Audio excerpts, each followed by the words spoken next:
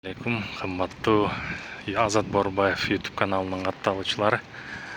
Бишкек шаары Асан Алиев менен Жомарт Бөкөнбаев көчөлөрүнүн кесилишинде мурун ит базар болчу билесиздер. Азыр эми ит базар башка жака көчүрүлөт дейт. Пока белгисиз каяка. Бул жерде билесиңер, курулуш жүрүп атат. Ушундайдан жол өтөт экен. Буюрса каналдын жээги менен ылдый көздөй. Ошондуктан башка жака көчүрүлүптүр. Тасманы эмнеге тартпай атат десеңер, мына ошол үчүн да.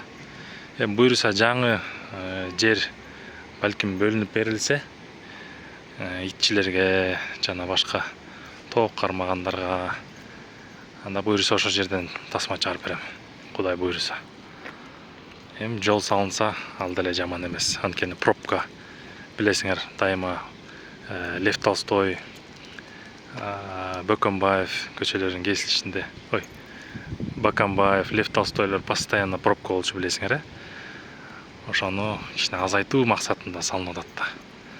Бул да жакшы. Ар бир нерсени жакшы жагы менен карашыбыз керек. Буюрса, может, жакшы жерден ит базарга орун бөлүнөт деп ишенебиз.